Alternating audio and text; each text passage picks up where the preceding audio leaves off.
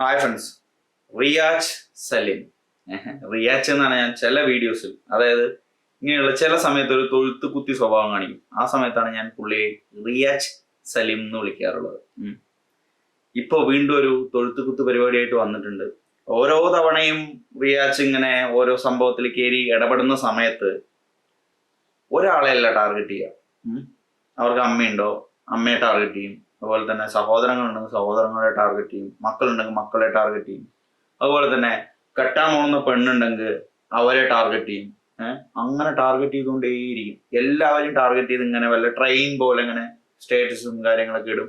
അതുപോലെ വേണമെങ്കിൽ ഒരു റീൽ വീഡിയോ തന്നെ ചെയ്യും. എന്നിട്ട് പറയും who the hell is he, who the hell is she എന്നൊക്കെ പറഞ്ഞിട്ട് അങ്ങനെയൊക്കെ വീഡിയോസിൽ പറയും.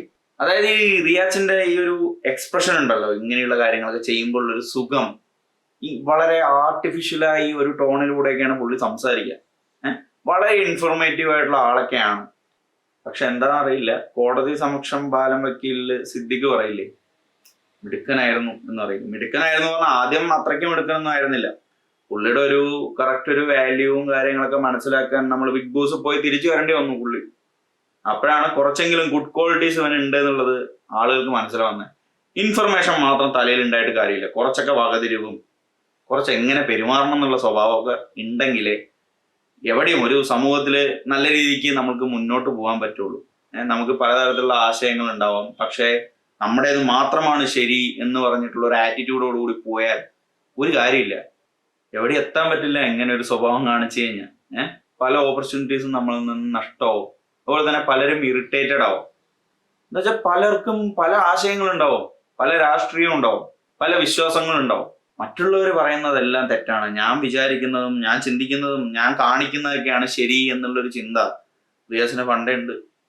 ബാക്കിയുള്ളവരൊക്കെ തെറ്റ്, നമ്മൾ ചെയ്താൽ ശരി, ആ ഒരു ലെവലിലുള്ള സംഭവമാണ്. ഉദാഹരണത്തിന് ഫെമിനിസ്റ്റ് ആണെന്ന് സ്വയം പ്രഖ്യാപിക്കും, എന്നിട്ട് അതിന്റെ വിപരീതമായിട്ടേ പെരുമാറുള്ളൂ. ഒരു പെൺകുട്ടിയാണെന്നോ അല്ലെങ്കിൽ ഒരു സ്ത്രീ ആണെന്നോ ഉള്ള ചിന്തയൊന്നും ഇല്ലാതെ നല്ല രീതിക്ക് അലക്കി അങ്ങോട്ട് വിടും എന്തെങ്കിലും. അതും അതിനെപ്പറ്റി വ്യക്തമായിട്ടുള്ള ഒരു ഐഡിയ ഉണ്ടാവില്ല, എന്താ സംഭവിച്ചത്, എന്താ ആള് പറഞ്ഞത് എന്നുള്ളതൊന്നും നോക്കൂല. പല സമയത്ത് ഈ ഒരു എടുത്തുചാട്ടം കൂടുതലാണ്. ഇപ്പോഴുള്ള വിഷയം എന്താണെന്ന് വെച്ചാൽ നടൻ കൃഷ്ണകുമാർ, എല്ലാവർക്കും അറിയാലോ, പുള്ളി ഒരു രാഷ്ട്രീയ പാർട്ടിയെ സപ്പോർട്ട് ചെയ്യുന്ന വ്യക്തിയാണ്. പുള്ളി ഒരു സ്റ്റോറിയോ എന്തോ പോസ്റ്റോ മറ്റോ ഇട്ടിട്ടുണ്ടായിരുന്നു, ഭാരത് ഈസ് വിത്ത് ഇസ്രായേൽ എന്നൊക്കെ പറഞ്ഞിട്ട് ഒരു പോസ്റ്റ് ഇട്ടിട്ടുണ്ടായിരുന്നു. ആ ഒരു യുദ്ധത്തിനെ പറ്റി ഇസ്രായേലിന്റെ ഒപ്പമാണെന്നൊക്കെ കാണിച്ചുകൊണ്ട് ഓരോ വ്യക്തികൾക്കും ആരെ സപ്പോർട്ട് ചെയ്യണം ആരെ സപ്പോർട്ട് ചെയ്യണ്ട എന്നൊക്കെയുള്ള ഒരു ഫ്രീഡം ഉണ്ട്. അത് സെലക്ട് ചെയ്യാനുള്ള അല്ലെങ്കിൽ അത് തീരുമാനിക്കാനുള്ള ഒരു ഫ്രീഡം നമ്മുടെ രാജ്യത്തുണ്ട്. അതനുസരിച്ച് ഓരോ ആളുകളും തൻ്റെ അഭിപ്രായങ്ങൾ പല രീതിയിലും അറിയിക്കും. കമന്റിലൂടെ അറിയിക്കാം, പോസ്റ്റിലൂടെ അറിയിക്കാം, റീൽ വീഡിയോയിലൂടെ അറിയിക്കാം, അല്ലെങ്കിൽ ഒരു 10-15 മിനിറ്റിന്റെ വീഡിയോയിൽ വന്ന് പറയാം അവർക്ക് ഇന്ന രാജ്യത്തെയാണ് ഞാൻ സപ്പോർട്ട് ചെയ്യുന്നത്, ഇതാണ് കാരണം എന്നൊക്കെ പറഞ്ഞിട്ട്. ഇതിപ്പോ ഏത് രാഷ്ട്രീയത്തിലുള്ള ആളാണെങ്കിലും അവരുടെ അവകാശമാണത് അങ്ങനെ പറയുക എന്നുള്ളത്, അല്ലെങ്കിൽ അത് പ്രകടിപ്പിക്കുക എന്നുള്ളത്. Freedom of speech, freedom of expression, ഈ ഒരു സാധനമൊക്കെ ഉണ്ട് രാജ്യത്ത്. ഇതിപ്പോ ആരെങ്കിലും ഒരു അഭിപ്രായം പറഞ്ഞാൽ അവരെ രാഷ്ട്രീയപരമായി താറടിച്ച് കാണിക്കുക, അതുപോലെ തന്നെ പേഴ്സണലി അവരെ പോയി അറ്റാക്ക് ചെയ്യുക, പല പോസ്റ്റുകളിലൂടെയും റീൽസിലൂടെയും അവരുടെ ഫാമിലി ആയിട്ടുള്ള സംഭവങ്ങളെ വെച്ചിട്ടും എല്ലാം അറ്റാക്ക് ചെയ്യാൻ പോക്ക് ഇപ്പൊ കുറെ ആയിട്ട് പലരും ചെയ്യുന്നുണ്ട്. പക്ഷെ അത് ഇത്രത്തോളം ഫെയിം ഉള്ള ഒരാൾ ചെയ്യുമ്പോൾ അത് നല്ല രീതിയിൽ ബാഡായിട്ട് എഫക്ട് ചെയ്യുന്നുണ്ട്. അത് കാണുന്നവർക്കും ഒരുപാട് ഇറിറ്റേഷൻസ് വരുന്നുണ്ട്. അതെന്തുകൊണ്ടാണെന്നുള്ളത് അറിയണമെങ്കിൽ നമുക്ക് ചില കാര്യങ്ങൾ ചെക്ക് ചെയ്യേണ്ടി വരും. കുട്ടറ വീഡിയോയിൽ എന്താണ് ഇത്ര പ്രത്യേകത, എന്താണ് ഇത്ര നെഗറ്റീവ് ആയിട്ടുള്ള കാര്യം എന്നുള്ളത് നമുക്കൊന്ന് ചെക്ക് ചെയ്ത് നോക്കാം.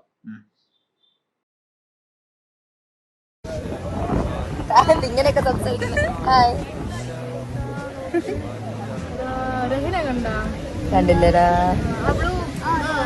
കണ്ട്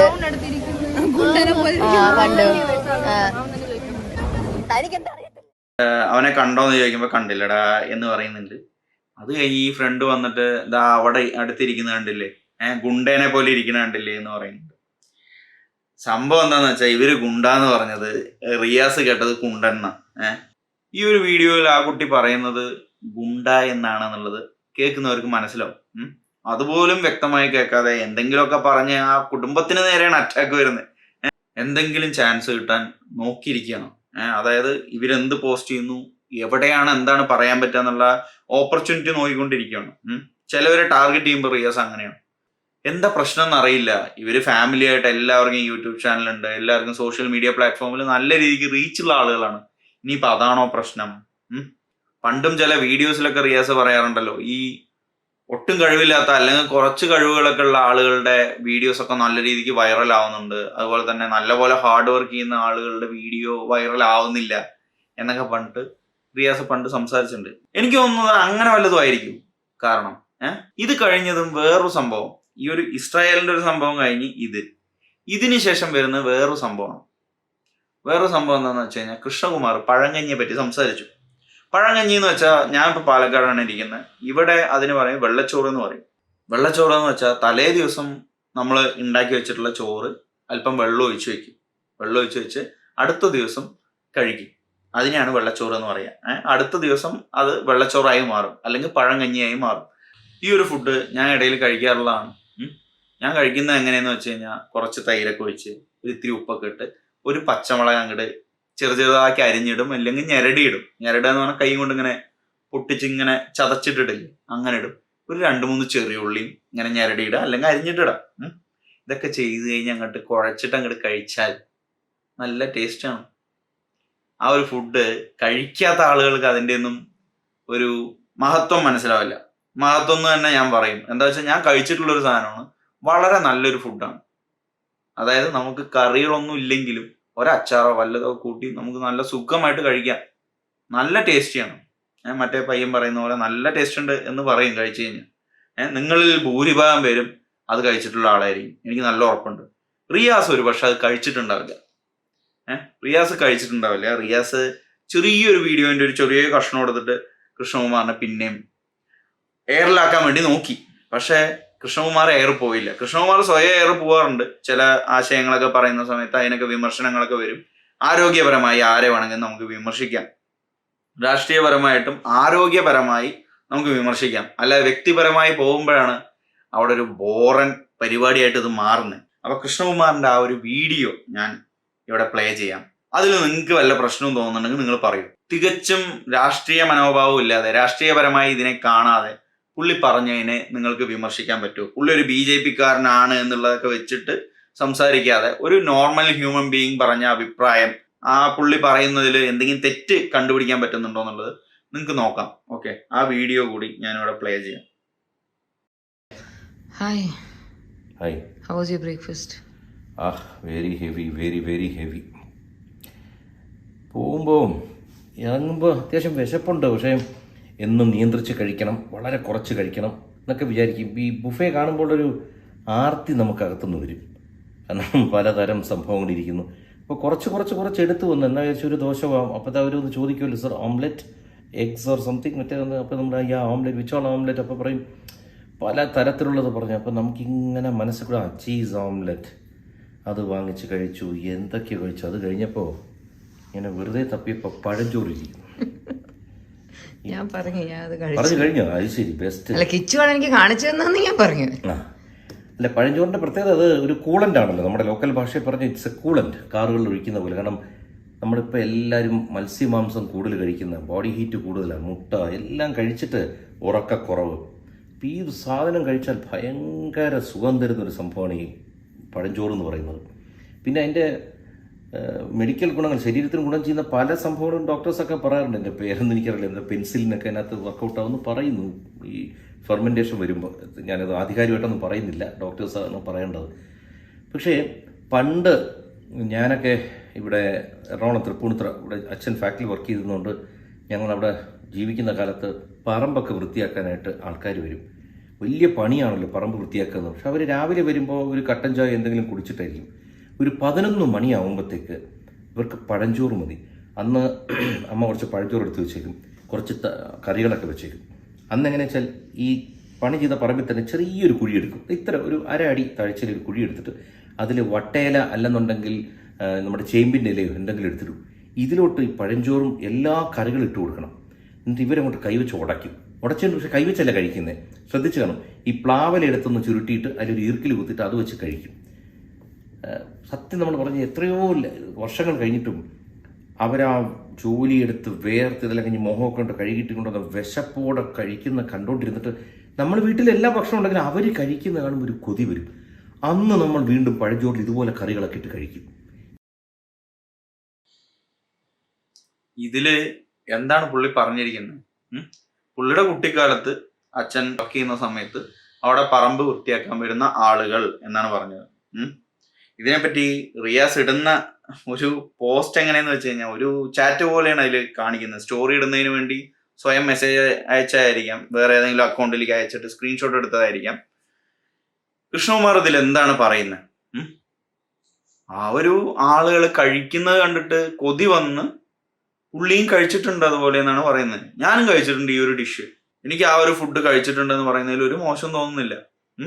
അത് റിയാസിന് ഈ കഞ്ഞി, പഴഞ്ചോറ് അല്ലെങ്കിൽ വെള്ളച്ചോറ് എന്നൊക്കെ പറയുന്നത് ഇത്രയും ഉമ്മ കഷ്ടപ്പെട്ടുള്ള കാര്യമൊക്കെ പറഞ്ഞ് വാദിക്കുന്ന റിയാസിന് ഡ്രസ്സ് എടുത്തു കൊടുക്കാൻ വേണ്ടി ഉമ്മ വീട്ടുജോലി ചെയ്തിട്ടുണ്ട് എന്നൊക്കെ റിയാസ് പറഞ്ഞിട്ടുണ്ട് പണ്ട്.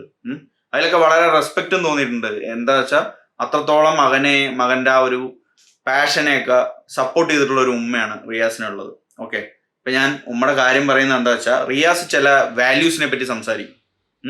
അമ്മ എന്നെ എത്രയ്ക്കും കഷ്ടപ്പെട്ടിട്ടാണ് എന്നെ വളർത്തിയത്, ഒരുപാട് കഷ്ടപ്പെട്ട് അധ്വാനിച്ചിട്ടുള്ള പൈസയും കൊണ്ടാണ് എന്നെ വളർത്തിയത് എന്നുള്ള രീതിയിൽ റിയാസ് ഒരുപാട് തവണ സംസാരിച്ചിട്ടുണ്ട്.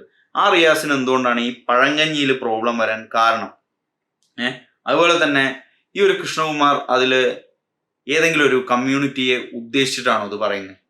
കമ്മ്യൂണിറ്റിയുടെ പേരോ അല്ലെങ്കിൽ ഏതെങ്കിലും ഒരു ജാതിയോ ഏതെങ്കിലും ഒരു കമ്മ്യൂണിറ്റിയെ മെൻഷൻ ചെയ്യുന്നുണ്ടോ മൂപ്പര്? എനിക്ക് അതിൽ കേൾക്കാൻ സാധിച്ചിട്ടില്ല. ഈ ഒരു സംഭവം കുഴി കുത്തിയിട്ട് കഴിക്കുന്ന ആ ഒരു സംഭവം പണ്ടുണ്ടായിരുന്ന ഒരു രീതിയാണ്, പിന്നീട് മാറ്റപ്പെട്ട ഒരു രീതിയാണ്. അതും പോസിറ്റീവായിട്ട് നടന്നിട്ടുള്ളതും ഉണ്ടാവാം, നെഗറ്റീവായിട്ട് നടന്നിട്ടുള്ളതും ഉണ്ടാവും. ഇതേ കാര്യങ്ങളെ നെഗറ്റീവായിട്ട് പോർട്രേ ചെയ്തിട്ടുള്ള ഒരു സിനിമ വരെ ഉണ്ട്. അതായത് ഒരു ജാതിപരമായിട്ടുള്ള ഒരു അധിക്ഷേപം പോലെ ഒരു സിനിമയില്, ഏതാണ് എൻ്റെ ഓർമ്മ ശരിയാണെങ്കിൽ അനിയൻ ബാവ ചേട്ടൻ ബാവയാണെന്ന് തോന്നുന്നു. അതിൽ ഈ ഫുഡ് കഴിക്കുന്ന രീതിയെ നെഗറ്റീവായിട്ട് പോർട്രേ ചെയ്യുന്നുണ്ട്. പഴയൊരു സിനിമയാണ്, എന്നിട്ടും അതിൽ ആ ഒരു ജാതിയുടെ വേർതിരിവ് കാണിക്കുന്നതിന് വേണ്ടി അത് പറയുന്നുണ്ട്. അങ്ങനെ ഒരു ഡയലോഗും കാര്യങ്ങളും ഉണ്ട്. ഇതിലിപ്പോ കൃഷ്ണകുമാർ പറഞ്ഞ എന്താ, അവിടെ പണിക്ക് വരുന്ന ആളുകൾ ഇങ്ങനെ കഴിക്കുന്നത് കണ്ടിട്ടുണ്ട്. അതായത് പഴഞ്ചോറിൽ കുറെ കറികളും എല്ലാം കൂടി കൂട്ടിക്കുഴച്ച് മറ്റേ പ്ലാവില കൊണ്ട് സ്പൂണ് പോലെ ഉണ്ടാക്കി, ഞാൻ അങ്ങനെ കഞ്ഞിയെ കുടിച്ചിട്ടുള്ളതാണ്. പ്ലാവില കൊണ്ട് സ്പൂണ് പോലെ ഉണ്ടാക്കിയിട്ട് കഞ്ഞിയെ കുടിച്ചിട്ടുള്ളതാണ്. സ്കൂളിൽ നിലത്തിരുന്നിട്ട് ഭക്ഷണം കഴിച്ചിട്ടുള്ളതാണ്. ഒരുപാട് സ്റ്റുഡൻസിൻ്റെ ഒപ്പം അവിടെ ഇപ്പോൾ ഈ ഒരു ജാതി മതം വേർതിരിവ് വെച്ചിട്ട് നമ്മൾ ഇരുന്ന് കഴിച്ചിട്ടൊന്നുമില്ല, ഒരുമിച്ചിരുന്നിട്ടാണ് കഴിച്ചിട്ടുള്ളത്. അങ്ങനെ ഇപ്പോൾ ജോലിക്ക് വരുന്ന ആളുകളായാലും അങ്ങനെ കഴിച്ചിട്ടുള്ള ഒരു കാലം ഉണ്ടായിരുന്നു. അങ്ങനെയാണ് കൃഷ്ണകുമാർ കുട്ടിക്കാലത്ത് അത് കണ്ടിട്ടുള്ളത്. ആ കണ്ട കാര്യമാണ് കൃഷ്ണകുമാർ പറഞ്ഞത്. അപ്പൊ അവര് കഴിക്കുന്നത് കണ്ടിട്ട്, അതായത് അധ്വാനിച്ച് വേർത്ത് വന്ന് മുഖമൊക്കെ കഴുകിയിട്ട് വന്ന് അവര് വിശപ്പോടുകൂടി ആർത്തിയോടുകൂടി കഴിക്കുന്നത് കണ്ടിട്ട് കൊതി വന്നിട്ടുണ്ട് എന്നാണ് പറയുന്നത്. ആ ഭക്ഷണം കഴിക്കുന്നത് കണ്ടിട്ട്, അല്ലാതെ പറമ്പിൽ പോയി കളയ്ക്കാൻ കൊതിയായി അല്ലെങ്കിൽ അവരുടെ ലൈഫ് സ്റ്റൈൽ അത്രയ്ക്കും പ്രീമിയമാണ് എന്നൊന്നും കൃഷ്ണകുമാർ പറഞ്ഞിട്ടില്ല. ആ ഒരു ഫുഡിനെ പറ്റിയാണ് പറഞ്ഞത്. ആ ഫുഡ് കഴിക്കുന്നത് ആദ്യമായിട്ട് ഇങ്ങനെ കാണുന്ന ആ ഒരു കാര്യമാണ് കൃഷ്ണകുമാർ പറയുന്നത്.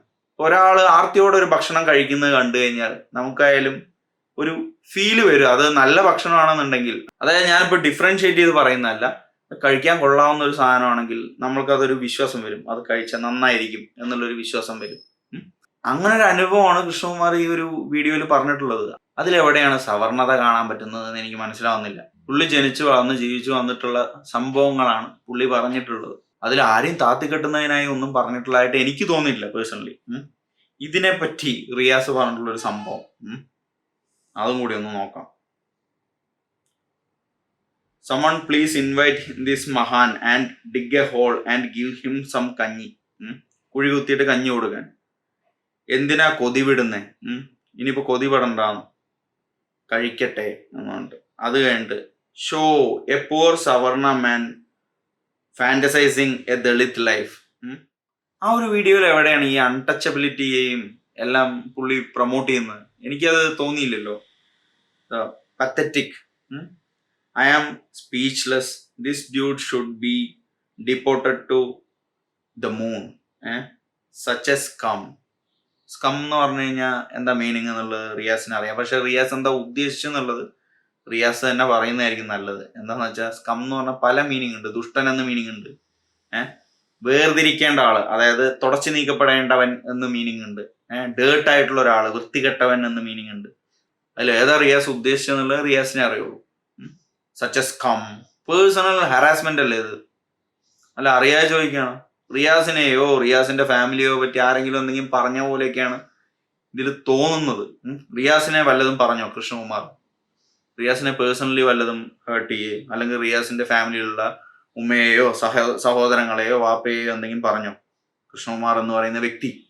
അല്ല, എനിക്ക് മനസ്സിലാവുന്നില്ല റിയാസിനോട് എന്ത് ദ്രോഹമാണ് ഈ ഒരു ആക്ടർ കൃഷ്ണകുമാർ, അല്ലെങ്കിൽ ഒരു BJP സപ്പോർട്ട് ചെയ്യുന്ന BJP മെമ്പറായിട്ടുള്ള കൃഷ്ണകുമാർ റിയാസിനോട് എന്ത് ദ്രോഹമാണ് ചെയ്തത് എന്നുള്ളത് എനിക്ക് മനസ്സിലാവുന്നില്ല.